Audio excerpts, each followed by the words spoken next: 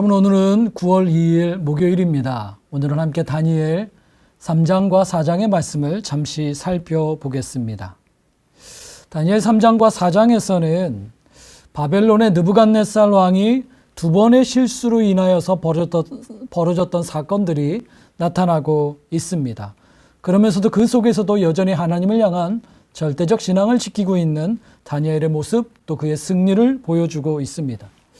3장에서는 풀무불에 던져지는 다니엘의 세 친구의 이야기가 등장하고 있죠. 그리고 4장에서는 또 다른 간접 묵시라고 할 수 있는 느부갓네살의 왕의 또 다른 꿈, 큰 나무의 꿈을 우리에게 말해주고 있습니다. 실은 스스로 교만하여 높아졌던 바벨론의 느부갓네살 왕이 3장에 보면 자신의 권세를 드높이기 위해서 하나의 커다란 금신상을 세우게 되죠.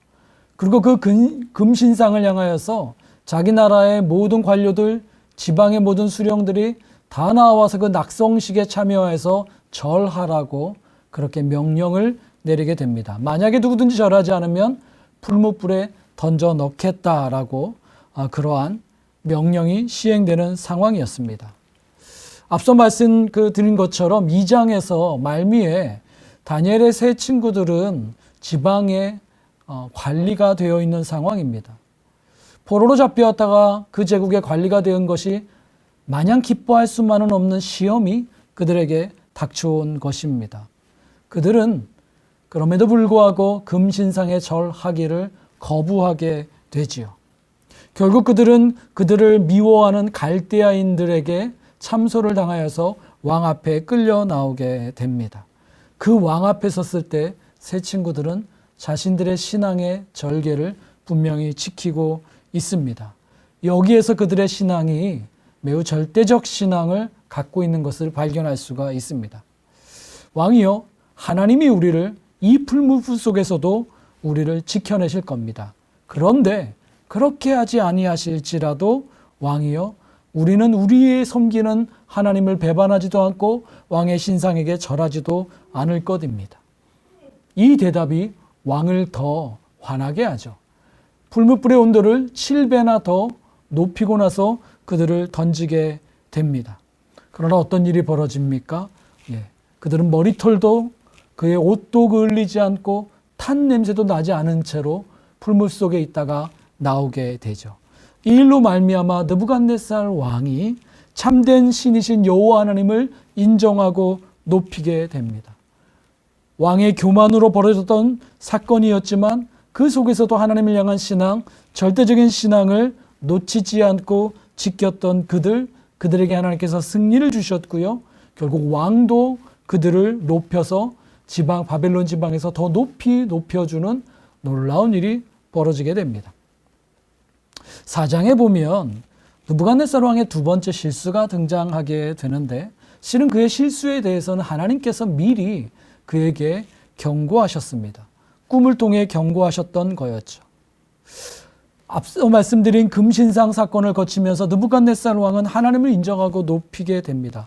그러던 어느 날 그가 큰 나무 꿈을 꾸게 되죠. 하나님이 미리 말씀해 주신 거죠. 그 나무가 하늘 끝까지 자라게 되고요. 그 열매로 모든 생명이 먹게 되고요. 그 나무 밑에 그늘아래 모든 생명이 와서 쉬게 되는 그 큰 나무가 어느 날 하늘에서 내려온 순찰자의 칼에 베어지게 되고요. 가지도 다 잘리게 되고요. 그 열매가 다 헤쳐지게 됩니다. 그리고 그 잘리고 남은 그루터기도 쇠와 놋줄에 꽁꽁 매어서 그렇게 풀 가운데서 그렇게 방치되고 짐승 가운데 방치되다가 또 그렇게 짐승의 마음으로 7대를 보내게 되는 그러한 꿈을 꾸게 됩니다. 이 꿈에 대한 해석도 다니엘을 통해서 느부갓네살 왕에게 주어지게 됩니다. 느부갓네살 왕의 권세가 그렇게 큰 나무처럼 더 커지고 번성하였다가 왕이 베이게 되고, 그리고 쫓겨나서 7대를 들짐승과 함께 이슬에 젖어 살게 될 것이다. 그러다가 때가 차면 다시 회복될 것이다 라고 하는 그러한 꿈의 해석이었습니다.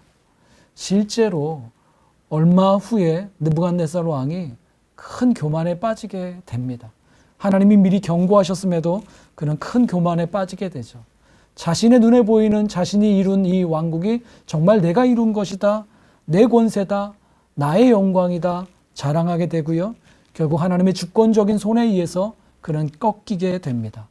광인처럼 풀 속에서 머물며 지내게 되다가 하나님의 정한 때가 되었을 때 그 마음에 하나님이 참으로 세상을 다스리시는 분이라는 걸 깨닫게 된 이후에 그런 회복되게 됩니다. 그 회복되어 깨닫게 되었던 마음이 4장 25절에 등장하죠.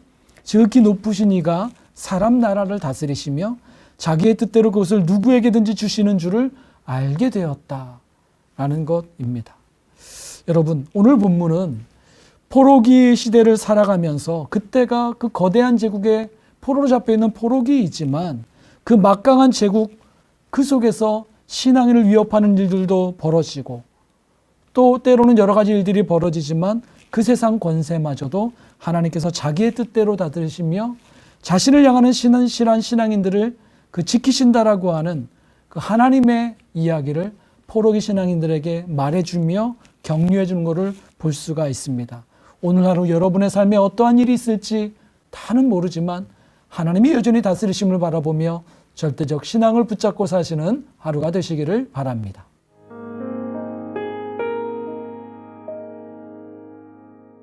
(9월 2일) 목요일입니다. 오늘 함께 읽으실 말씀은 다니엘서 3장 25절입니다.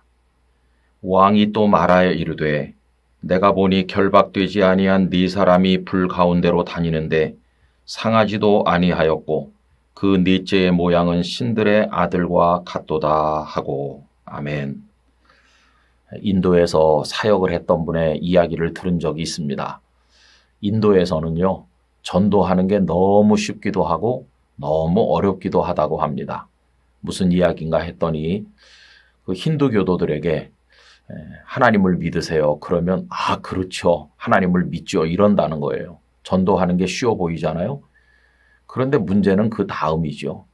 하나님을 믿으려면 지금까지 당신이 섬기던 모든 신을 다 버리고 오직 한 분 하나님만 믿어야 됩니다. 그러면 받아들이지를 않는다는 거예요. 그 사람들은 다신교도가 돼서 많은 신을 많이 섬길수록 좋다고 생각하니까 자기들이 기존에 믿던 데다가 하나님 한 분 추가하는 거 아무 문제가 아니에요. 그러나 자기들의 신을 버리고 하나님만 섬기는 것은 할 수 없다고 말한다는 것입니다. 여러분, 이웃나라 일본도 얼마나 많은 귀신들을 섬기는지 아시지 않습니까? 그러나 우리 하나님 아버지께서는 당신 한 분만 섬기라고 하세요. 그래서 그것이 제1계명이죠. 출애굽기 20장 3절 너는 나 외에는 다른 신들을 내게 두지 말라. 하나님뿐이세요. 하나님 한 분만 우리는 믿는 겁니다. 이스라엘 백성들이 잘 못했던 것이 바로 그겁니다.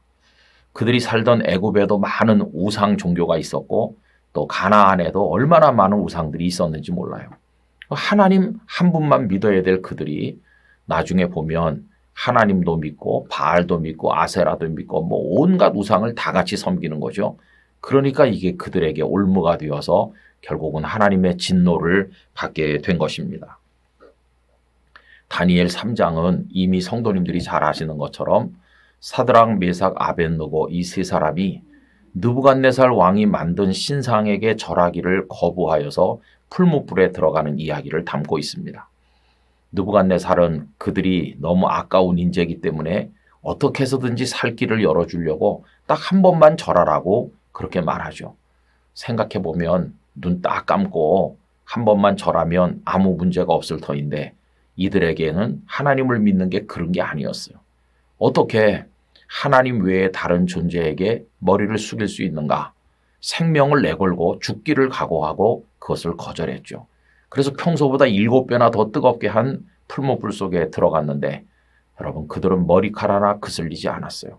무엇 때문입니까? 하나님의 사자가 풀무불 속에서 그들과 함께 했기 때문입니다. 오늘 본문은 풀무불 속을 들여다보던 느부갓네살 왕이 세 사람이 들어갔는데 거기 4명이 보이고 또 넷째의 모양은 신의 아들 같다고 하면서 깜짝 놀라는 내용이죠. 여러분, 다시 한번 읽어보면 이렇습니다.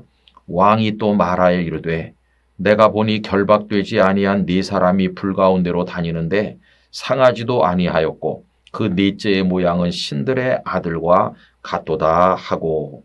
여러분, 이것이 무엇입니까? 하나님께서 당신의 사자를 그 고난의 한복판에 보내서 그들을 지키셨다고 하는 내용이죠. 여러분, 우리에게도 하나님을 향한 이런 믿음이 필요합니다.